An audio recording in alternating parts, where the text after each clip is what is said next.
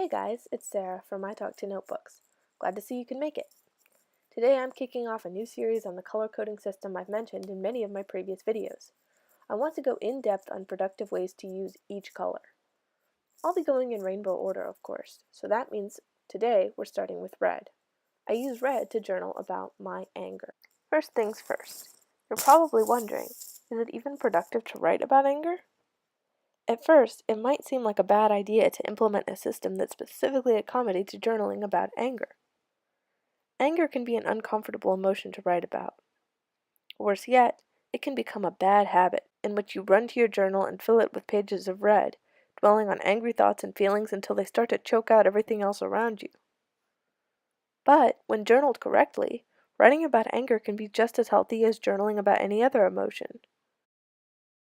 Here are some benefits to writing about your anger. First of all, as my pastor always says, anger occurs as a reaction to something you love being threatened. In this way, journaling about your anger can help you to identify what you value the most. Secondly, many people use anger to cover up even less comfortable feelings. Journaling about anger can also lead you to those feelings, such as vulnerability, fear, or sadness. Then you have properly warmed up within a safe place, that is, your journal, and will be free to explore those less pleasant emotions.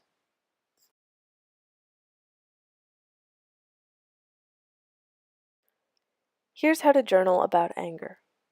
First of all, don't think about reading back your entry later. You don't ever have to read it again. Write freely, as if you were going to throw the page away altogether. And remember, you always can if you want to. Remember that anger is an imperfect part of living that everyone experiences, so it's nothing to feel ashamed of. To vent your frustration, just scribble wildly all over the page. If you can't think of anything to write, or you're too frustrated to write any cohesive words, just draw lots of big X's over and over again to help satisfy that urge to just do something. Alternatively, you can just scribble and cover the entire page in red. There's an excellent article on the Psychology Today website that contains prompts to journal about anger in a healthy way. It also includes pointers about whether your journal is helping you or hurting you overall.